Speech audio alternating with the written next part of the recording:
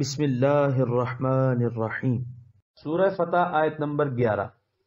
سَيَقُولُ لَكَ الْمُخَلَّفُونَ مِنَ الْأَعْرَابِ شَغَلَتْنَا أَمْوَالُنَا وَأَهْلُونَا فَاسْتَغْفِرْ لَنَا يَقُولُونَ بِأَلْسِنَتِهِم مَّا لَيْسَ فِي قُلُوبِهِمْ قُلْ فَمَن يَمْلِكُ لَكُم مِّنَ اللَّهِ شَيْئًا إِنْ أَرَادَ بِكُمْ ضَرًّا أَوْ أَرَادَ بِكُمْ نَفْعًا بَلْ كَانَ اللَّهُ بِمَا تَعْمَلُونَ خَبِيرًا۔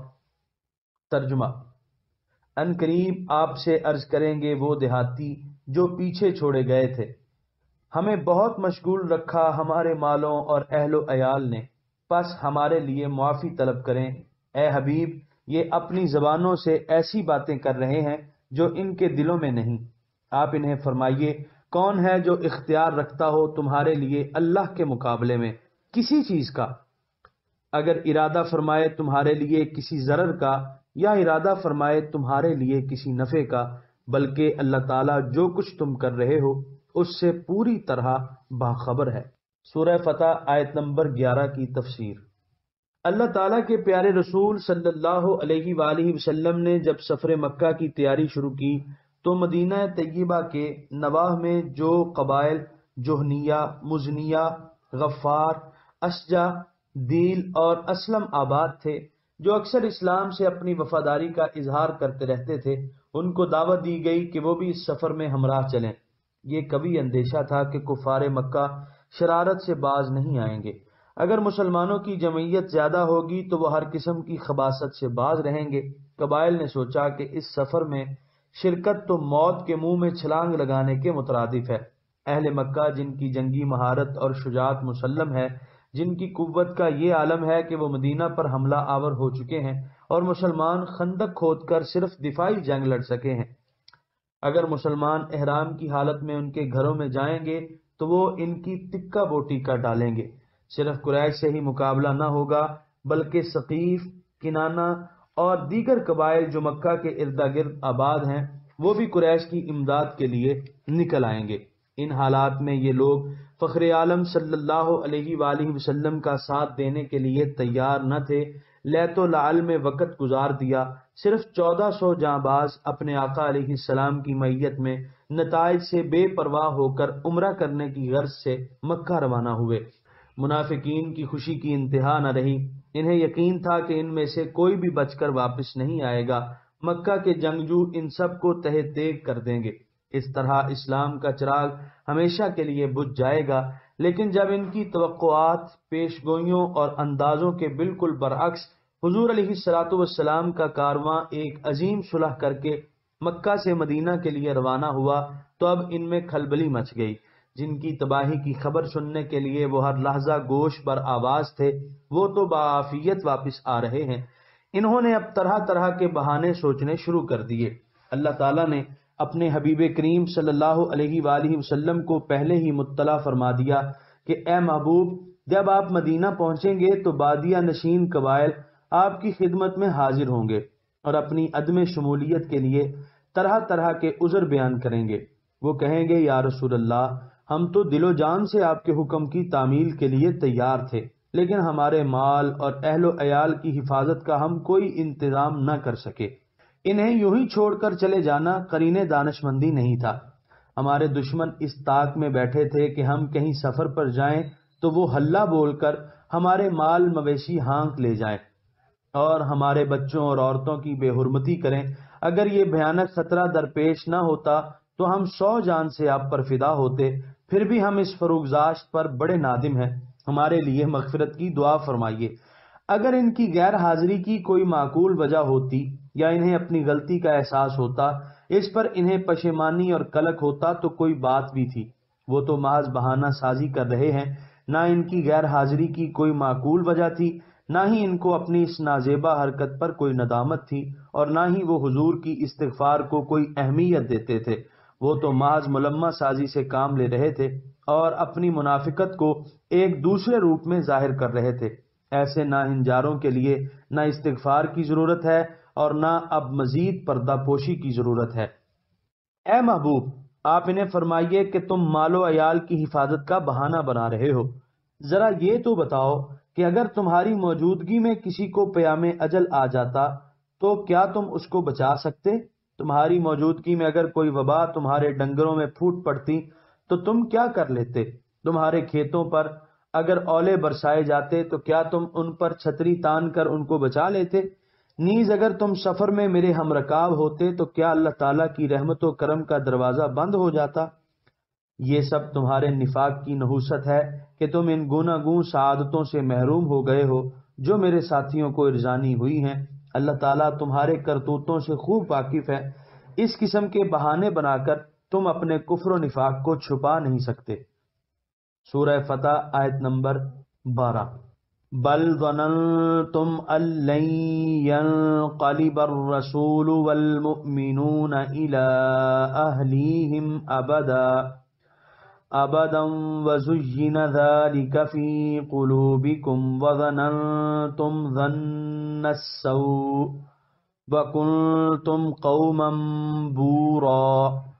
ترجمہ: حقیقت یہ ہے کہ تم نے خیال کر لیا تھا کہ اب ہرگز لوٹ کر نہیں آئے گا یہ پیغمبر اور ایمان والے اپنے اہل خانہ کی طرف کبھی، اور بڑا خوشنما لگتا تھا یہ ظن فاسد تمہارے دلوں کو، اور تم طرح طرح کے برے خیالوں میں مگن رہے، اس وجہ سے تم برباد ہونے والی قوم بن گئے۔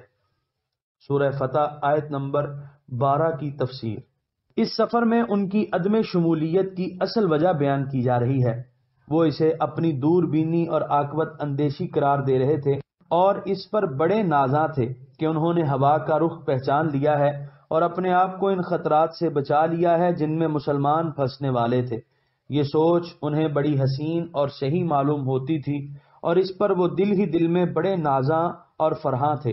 انہیں بتایا جا رہا ہے کہ اگر تمہارے دلوں میں اسلام اور فرزندان اسلام کے لیے خیر سگالی کا ذرا بھی جذبہ ہوتا تو تمہیں مسلمانوں کی اس متوقع تباہی پر کم از کم رنج اور افسوس تو ہوتا کہ بیچارے یوں ہی اپنی جوانیاں گنوانے جا رہے ہیں، لیکن تمہارا تو یہ حال ہے کہ تم یہ خیال کر کے پھولے نہیں سماتے۔ تمہارے نزدیک اسلام اور اہل اسلام کی بربادی کا تصور ہی بڑا دلکش اور از حد پسندیدہ تھا۔ حقیقت یہ ہے کہ اپنے آپ کو برباد کرنے والے وہ نہیں جنہوں نے حق کو قبول کیا اور اس کی سربلندی کے لیے سر بکف میدان میں جانے کے لیے ہر لمحہ بے قرار رہے، بلکہ تم وہ بدبخت ہو جنہوں نے نور حق کو دیکھنے سے آنکھیں بند کر لیں۔ بور مصدر ہے، اس لیے یہ واحد، تثنیہ، جمع، مذکر، مؤنث سب کی صفت واقع ہوتا ہے۔ علامہ جوہری لفظ بور کی تحقیق کرتے ہوئے لکھتے ہیں، البورو یعنی بور اس شخص کو کہتے ہیں جو فاسد اور تباہ حال ہو، جس میں نیکی اور بھلائی کا شائبہ تک نہ ہو۔ چنانچہ عبداللہ ابن الزبیری جب مشرف با اسلام ہوا تو بارگاہ رسالت میں عرض کی، یا رسول الملیکی ان لسانی راتق ما فتقت اذ انا بور، یعنی اے مالک الملک کے رسول، جب میں گمراہ اور تباہ حال تھا اس وقت میری زبان نے جو چاک کیے اب میں ان کو سینہ اور رفع کرنا چاہتا ہوں۔ یہ مؤنث کی صفت بھی واقع ہوتا ہے، کہتے ہیں امرأۃ بور، تباہ حال عورت۔ جمع کے لیے بھی قوم بور اے ہلکا، یعنی اجڑی ہوئی قوم۔ اس کے بعد جوہری کہتے ہیں کہ بعض نے کہا ہے کہ بورن جمع ہے، اس کا واحد بائرن ہے مثل حائل، لیکن اخفش نے اس کی تردید کی ہے۔ سورہ فتح آیت نمبر 13۔ وَمَن لَّمْ يُؤْمِن بِاللَّهِ وَرَسُولِهِ فَإِنَّا أَعْتَدْنَا لِلْكَافِرِينَ سَعِيرًا۔ ترجمہ: اور جو نہ ایمان لے آئے اللہ اور اس کے رسول پر تو بے شک ہم نے ان تمام کافروں کے لیے بھڑکتی آگ تیار کر رکھی ہے۔ سورہ فتح آیت نمبر 14۔ وَلِلَّهِ مُلْكُ السَّمَاوَاتِ وَالْأَرْضِ يَغْفِرُ لِمَن يَشَاءُ وَيُعَذِّبُ مَن يَشَاءُ وَكَانَ اللَّهُ غَفُورًا رَحِيمًا۔ ترجمہ: اور اللہ تعالیٰ ہی کے لیے ہے بادشاہی آسمانوں اور زمین کی، بخش دیتا ہے جس کو چاہتا ہے اور سزا دیتا ہے جس کو چاہتا ہے، اور اللہ تعالیٰ بہت بخشنے والا ہمیشہ رحم فرمانے والا ہے۔ سورہ فتح آیت نمبر 15۔ سَيَقُولُ الْمُخَلَّفُونَ إِذَا انطَلَقْتُمْ إِلَى مَغَانِمَ لِتَأْخُذُوهَا ذَرُونَا نَتَّبِعْكُمْ يُرِيدُونَ أَن يُبَدِّلُوا كَلَامَ اللَّهِ قُل لَّن تَتَّبِعُونَا كَذَلِكُمْ قَالَ اللَّهُ مِن قَبْلُ فَسَيَقُولُونَ بَلْ تَحْسُدُونَنَا بَلْ كَانُوا لَا يَفْقَهُونَ إِلَّا قَلِيلًا۔ ترجمہ، کہیں گے پہلے سفر جہاد سے پیچھے چھوڑے جانے والے جب تم روانہ ہوگے اموال غنیمت کی طرف تاکہ تم ان پر قبضہ کر لو، ہمیں بھی اجازت دو کہ تمہارے پیچھے پیچھے آئیں، وہ چاہتے ہیں کہ وہ اللہ کے حکم کو بدل دیں۔ فرمائیے تم قطعاً ہمارے پیچھے نہیں آ سکتے، یوں ہی فرما دیا ہے اللہ تعالیٰ نے پہلے سے۔ پھر وہ کہیں گے کہ نہیں بلکہ تم ہم سے حسد کرتے ہو۔ ان کا یہ خیال غلط ہے، در حقیقت وہ احکام الہی کے اسرار کو بہت کم سمجھتے ہیں۔ سورہ فتح آیت نمبر 15 کی تفسیر۔ جہنیہ، مزینہ اور دیگر قبائل جنہوں نے سفر حدیبیہ میں مسلمانوں کا ساتھ نہیں دیا تھا، گزشتہ آیت میں اس کی اصلی وجہ بتا دی۔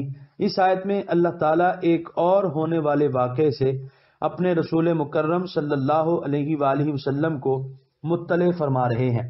اے حبیب، ان قریب جب تم ایک دوسرے سفر جہاد پر روانہ ہونے لگو گے جہاں کامیابی کے امکانات بالکل روشن ہیں، خطرات کم اور مال غنیمت کے حصول کی توقع بہت زیادہ ہے، یہ موقع پرست لوگ اس وقت آپ کی خدمت میں حاضر ہوں گے اور اپنے ایمانی جوش اور جذبہ جہاد کا اظہار زور و شور سے کریں گے اور اس جہاد میں شمولیت کے لیے اپنے آپ کو پیش کریں گے۔ ان کا مقصد تلافی مافات نہیں ہوگا بلکہ محض اموال غنیمت کے حصول کے لیے اپنے جذبات جانثاری کا مظاہرہ کریں گے۔ آپ انہیں دو ٹوک بتا دیجئے کہ اس سفر جہاد میں تمہیں شرکت کی اجازت نہیں مل سکتی، کیونکہ اللہ تعالیٰ کا یہ فیصلہ ہے کہ اس جہاد میں صرف وہ لوگ شریک ہو سکتے ہیں جو بیعت رضوان سے مشرف ہوئے ہیں۔ میری مجال نہیں کہ میں اپنے رب کے فیصلے کو بدل ڈالوں، بجائے اس کے کہ وہ اللہ تعالیٰ کے فیصلے کے سامنے سر تسلیم خم کریں اور خوشی سے اسے مان لیں۔ ان کے دلوں میں چھپا ہوا نفاق نمودار ہو کر رہے گا اور سوء ظن سے کام لیتے ہوئے کہیں گے کہ ہمیں خدا نے منع نہیں کیا، بلکہ اصلی وجہ یہ ہے کہ یہ مسلمان ہم سے حسد کرتے ہیں، ہم سے جلتے ہیں، انہیں یہ گوارا نہیں کہ مال غنیمت میں سے ہمیں بھی کچھ حصہ ملے، سارا مال خود ہڑپ کرنا چاہتے ہیں۔ بڑے احمق ہیں، جس طرح خود لالچی اور حریص ہیں، خیال کرتے ہیں کہ مسلمان بھی دولت کے پرستار ہیں اور ان کا ہادی و مرشد بھی معاذ اللہ دولت سمیٹنے کے لیے یہ سب کچھ کر رہا ہے۔ کتنے نادان اور ناسمجھ ہیں، جس کی سیرت کا دامن آفتاب سے تابندہ تر ہے، اس کے بارے میں ایسی بدگمانی کا شکار ہیں۔ سورہ فتح آیت نمبر 16۔ قل للمخلفین من الاعراب ستدعون الى قوم اولی بأس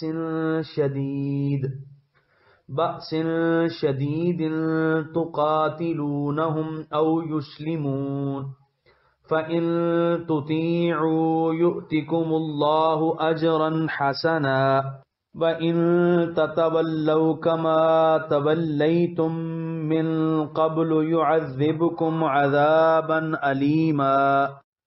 ترجمہ، فرما دیجئے ان پیچھے چھوڑے جانے والے بدوی عربوں کو کہ عنقریب تمہیں دعوت دی جائے گی ایک ایسی قوم سے جہاد کی جو بڑی سخت جنگجو ہے، تم ان سے لڑائی کرو گے یا وہ ہتھیار ڈال دیں گے، پس اگر تم نے اس وقت اطاعت کی تو اللہ تعالیٰ تمہیں بہت اچھا اجر دے گا، اور اگر تم نے اس وقت بھی منہ موڑا جیسے پہلے تم نے منہ موڑا تھا تو تمہیں اللہ تعالیٰ دردناک عذاب دے گا۔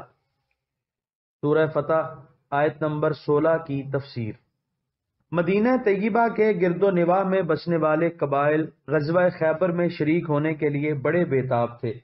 ان کی یہ بےتابی اور بے چینی اس لیے نہ تھی کہ وہ اپنی گزشتہ کوتاہیوں کی تلافی کرنا چاہتے تھے، بلکہ ان کا مقصد یہ تھا کہ خیبر میں انہیں اموال غنیمت ملنے کی توقع تھی، وہ یہ سمجھتے تھے کہ جب کفار مکہ ان مسلمانوں کی تاب نہیں لا سکے تو بیچارے یہودیوں میں یہ ہمت کہاں کہ وہ مسلمانوں کو مغلوب کر سکیں۔ مسلمان اس مہم میں یقیناً فتح یاب ہوں گے۔ یہودیوں کے باغات، زرخیز زمینیں اور کئی پشتوں سے جمع کیا ہوا مال انہیں مفت ہاتھ آئے گا۔ علاوہ ازیں ان کا شمار بھی غازیان اسلام میں ہونے لگے گا۔ اللہ تعالیٰ اپنے حبیب مکرم صلی اللہ علیہ وسلم کو ارشاد فرماتا ہے کہ آپ ان بدوی عربوں کو فرمائیے کہ گھبراؤ نہیں، کفر و اسلام کا یہ آخری مارکہ نہیں کہ اگر تم اس میں شریک نہ ہوئے تو پھر تمہیں اپنی جاں بازی اور سرفروشی کے جوہر دکھانے کا موقع ہی نہیں ملے گا۔ اس ستیزہ گاہ عالم میں یہ سلسلہ تا حشر جاری رہے گا۔ ایک طاقتور جنگجو اور بہادر قوم سے عنقریب ٹکر ہونے والی ہے۔ اس وقت تمہیں دعوت جہاد دی جائے گی۔ اگر اس وقت تم نے اس دعوت پر لبیک کہی، میدان جہاد میں داد شجاعت دی اور اپنی جان نثاری کا ثبوت پیش کیا تو تمہیں اللہ تعالیٰ بہترین اجر عطا فرمائے گا، اور اگر اس وقت بھی تم نے اپنی روایتی بزدلی اور منافقت کے باعث روگردانی کی اور جہاد میں شریک ہونے سے گریز کیا تو یاد رکھو تمہیں دردناک عذاب میں مبتلا کیا جائے گا۔ اب دیکھنا یہ ہے کہ یہ دعوت جہاد ان قبائل کو کب دی گئی؟ وہ قوم جس کو قرآن نے الی بأس شدید، بڑی طاقتور اور جنگجو قوم کا خطاب دیا ہے، وہ کون سی قوم ہے؟ تاریخی روایات میں متعدد اقوال مذکور ہیں۔ انسان ان کے مطالعہ سے پریشان ہو جاتا ہے کہ ان میں سے کون سی روایت واقع کے مطابق ہے، لیکن اگر قرآن کریم کے الفاظ میں غور کیا جائے تو حقیقت نکھر کر سامنے آ جاتی ہے اور کسی شک و شبے کی گنجائش باقی نہیں رہتی۔ ارشاد خداوندی ہے کہ تمہیں ایسی قوم کے ساتھ لڑنے کی دعوت دی جائے گی جو بڑی طاقتور، جنگجو اور بہادر ہوگی۔ اس جنگ کا انجام بھی قرآن نے بتا دیا کہ تقاتلونہم او یسلمون، یعنی تم ان سے جنگ کر کے انہیں خاک و خون میں ملا دو گے، یا وہ اسلام قبول کریں گے یا تمہارے سامنے ہتھیار ڈال دیں گے۔ ان تصریحات کو سامنے رکھتے ہوئے اب آپ روایات کا غیر جانبداری سے مطالعہ کریں، آپ کو معلوم ہو جائے گا کہ صحیح قول کون سا ہے۔ تاریخ کے مطالعہ سے پتہ چلتا ہے کہ غزوہ خیبر کے بعد عہد رسالت میں کفر و اسلام کے درمیان مندرجہ ذیل مارکے ہوئے: غزوہ موطا، فتح مکہ، جنگ حنین و طائف، غزوہ تبوک۔ ان میں سے کوئی بھی اس آیت کا مصداق نہیں بن سکتا۔ غزوہ موطا میں رومیوں کے ساتھ ٹکر ہوئی۔ مسلمانوں کی تعداد فقط 3000 تھی۔ رومیوں کی تعداد با اختلاف روایات 1 لاکھ یا 2 لاکھ تھی، لیکن اس جنگ کا نتیجہ تقاتلونہم او یسلمون نہیں تھا، بلکہ مسلمانوں کے 3 جرنیل شہید ہوئے۔ اس کے بعد حضرت خالد بن ولید رضی اللہ عنہ نے لشکر کی قیادت سنبھالی۔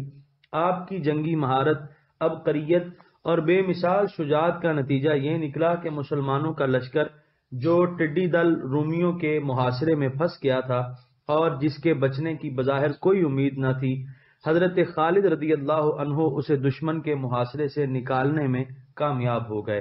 یہ جنگ فیصلہ کن نہ تھی، اسی لیے جب یہ لشکر مدینہ طیبہ واپس آیا تو صحابہ کرام رضی اللہ عنہم نے ان کا استقبال اس طرح نہ کیا جس طرح ایک فاتح لشکر کا کیا جاتا ہے، بلکہ بعض نے تو انہیں بھگوڑا فرارون تک کہا۔ لیکن رحمت عالم صلی اللہ علیہ وآلہ وسلم نے فرمایا بل انتم کرارون۔ اس کے بعد فتح مکہ کے لیے روانگی کا وقت آیا۔ ایک لشکر جرار ہم رکاب تھا، لیکن اللہ تعالیٰ نے اپنے محبوب مکرم صلی اللہ علیہ وآلہ وسلم کو خواب میں پہلے ہی خوشخبری دے دی تھی، لَتَدْخُلُنَّ الْمَسْجِدَ الْحَرَامَ إِن شَاءَ اللَّهُ آمِنِينَ مُحَلِّقِينَ رُؤُوسَكُمْ وَمُقَصِّرِينَ لَا تُخَافُونَ، یعنی آپ انشاءاللہ تعالی مسجد حرام میں داخل ہوں گے امن کے ساتھ، اور آپ کو قطعاً کوئی خوف نہ ہوگا۔ اس مجدے کے بعد یہ وہم بھی نہیں کیا جا سکتا کہ حضور صلی اللہ علیہ وآلہ وسلم جنگ کے ارادے سے مکہ مکرمہ کی طرف روانہ ہوئے تھے۔ اتنے بڑے لشکر کو لے جانے کا مقصد یہ تھا کہ کفار مکہ اتنے مرعوب ہو جائیں کہ اگر کسی کے دل میں شرارت اور فتنہ انگیزی کا خیال ہو بھی تو وہ اس کی ہمت نہ کر سکے۔ تاریخ اس پر شاہد ہے کہ جب اسلام کی فوج ظفر موج اپنے ہادی و مرشد صلی اللہ علیہ وآلہ وسلم کی زیر قیادت مکہ میں داخل ہوئی تو اکا دکا واقعات کے سوا کوئی ناخوشگوار واقعہ پیش نہ آیا، اور جنگ کا تو اہل مکہ نے ارادہ تک نہ کیا۔ قریش مکہ اگر پہلے اولی باسن شدیدن کا مصداق ہوں تو ہوں، لیکن بدر، احد اور خصوصاً غزوہ احزاب کے بعد تو ان میں یہ دم خم ہی نہ رہا تھا کہ وہ اسلام کے خلاف سینہ سپر ہو سکیں۔ اب تو وہ اپنی دیرینہ ہٹ اور عداوت کو نبھا رہے تھے، ورنہ ان کی قوت کھوکھلی ہو چکی تھی۔ جب قریش کے حلیف بنی بکر نے حضور علیہ الصلوۃ والسلام کے حلیف بنی خزاعہ پر شب خون مار کر عہد شکنی کی تو اہل مکہ کی نیند اڑ گئی۔ انہیں ہر وقت یہ دھڑکا لگا رہتا کہ اب مسلمان ہم سے انتقام لینے کے لیے چڑھائی کر دیں گے۔ چنانچہ ابو سفیان مدینہ طیبہ حاضر ہوا، بڑی لجاجت اور خوشامد سے اس صلح نامہ کو برقرار رکھنے کی درخواستیں کرتا رہا۔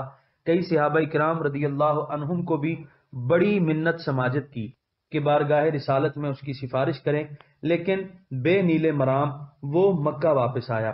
اس لیے فتح مکہ کے وقت قریش اور ان کے حلیف قطعاً اس قابل نہ تھے کہ قرآن کریم میں ان کے بارے میں الی بأس شدید ان کے الفاظ استعمال ہوتے۔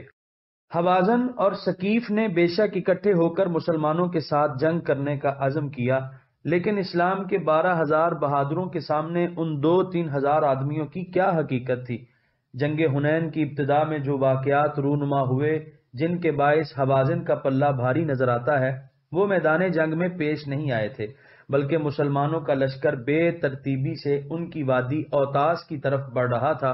انہوں نے کمین گاہوں میں اپنے تیر انداز چھپا کر بٹھا دیے تھے۔ بے خبری اور بے دھیانی کی حالت میں جب لشکر اسلام کی چند ٹکڑیاں اس تنگ درے سے گزرنے لگیں تو انہوں نے اچانک تیروں کی بوچھاڑ شروع کر دی، جس سے بھگدڑ مچ گئی۔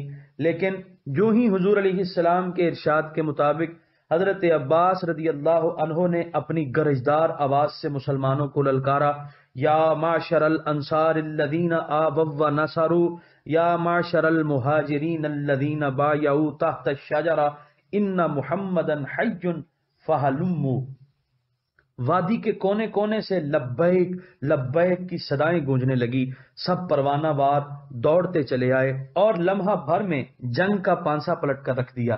حوازن اور ثقیف اپنی عورتوں، بچوں اور مال مویشی کو پیچھے چھوڑ کر بھاگ گئے۔ علامہ ابن خلدون کے قول کے مطابق صرف 4 مسلمان شہید ہوئے۔ ان حقائق کو سامنے رکھ کر آپ غزوہ حنین کا جائزہ لیں، آپ کا دل مان جائے گا کہ اس آیت میں جس جنگ کا ذکر ہے وہ یہ معمولی جھڑپ نہیں ہو سکتی۔ رہا غزوہ تبوک، تو اس کے بارے میں سب جانتے ہیں کہ وہاں رومیوں کو ہمت ہی نہ ہوئی کہ وہ مسلمانوں کے سامنے صف آرا ہو سکے۔ تقاتلونہم او یسلمون کا مفہوم وہاں بھی نہیں پایا جاتا۔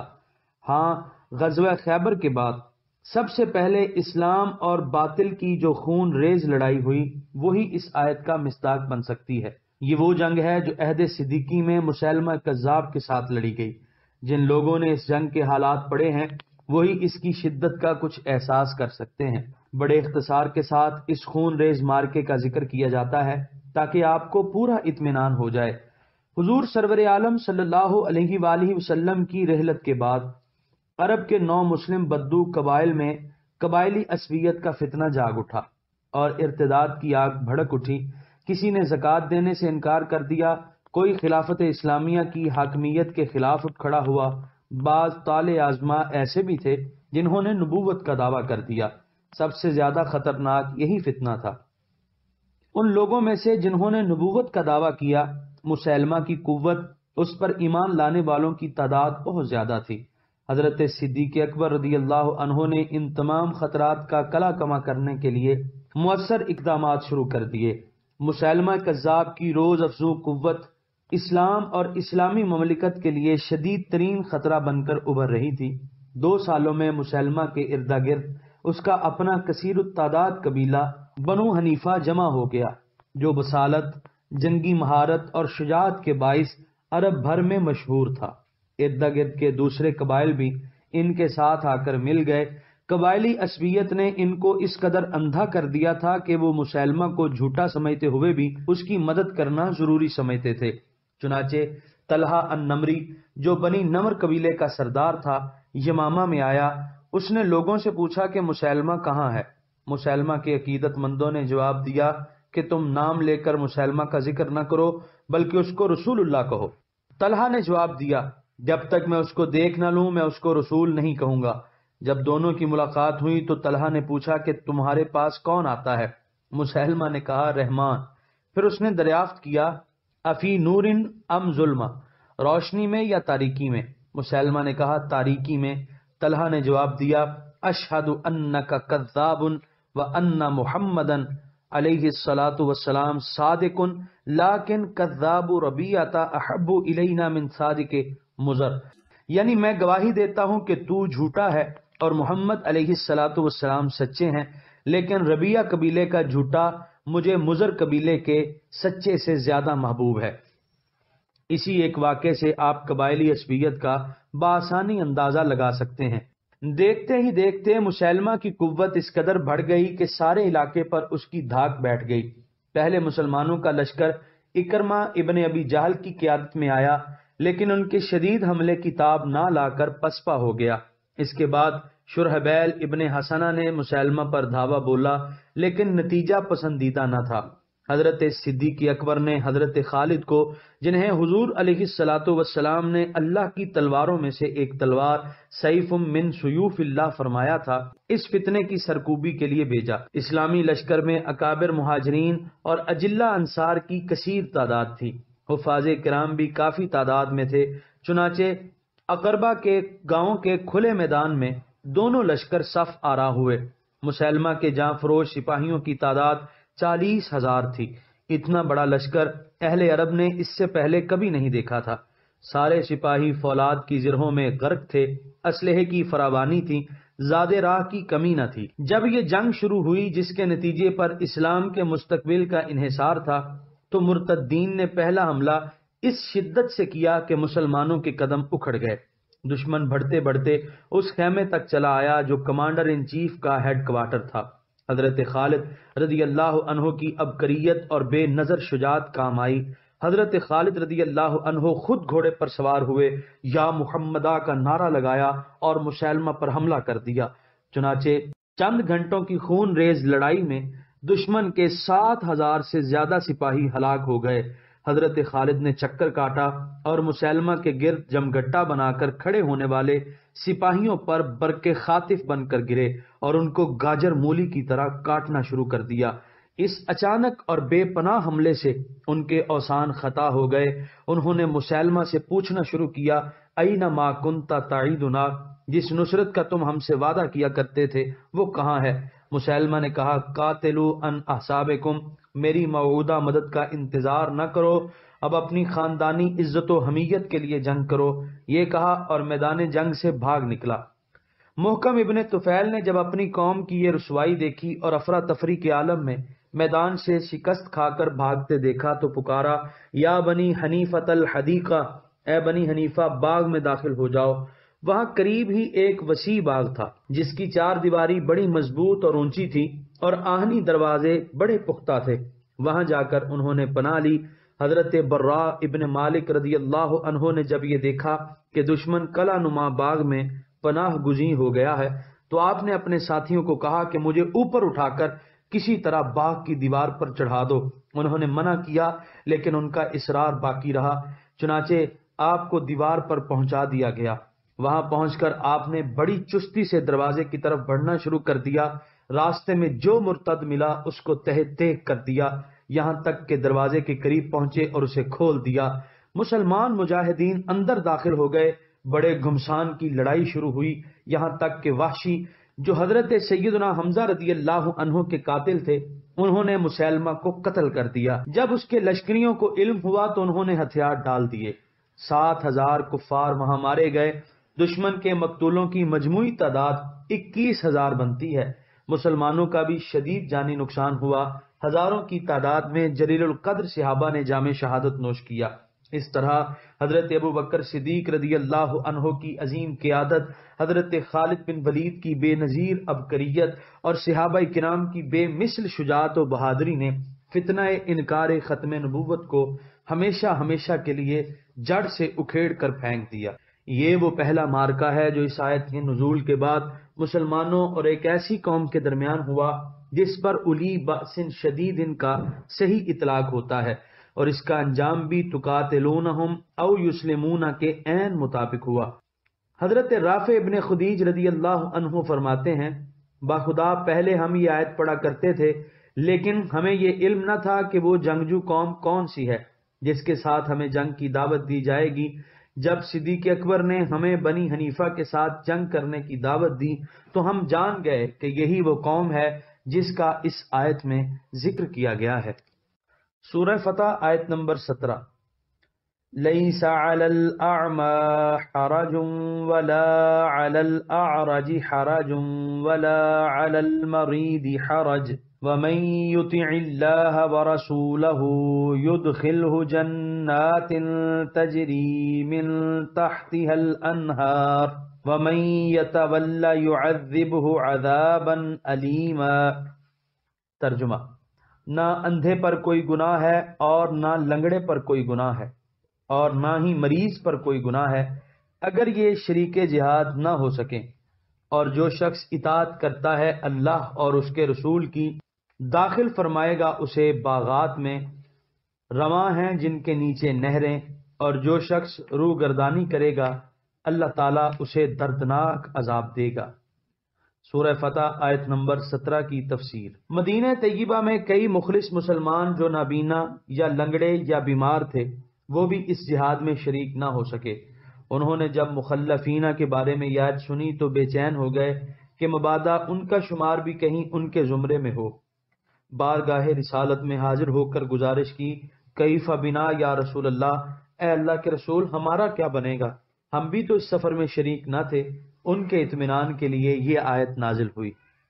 یہاں پر 26ویں پارے کا 10واں رکوع مکمل ہوا اور یہاں پر 26ویں پارے کا پہلا آدھا مکمل ہوا۔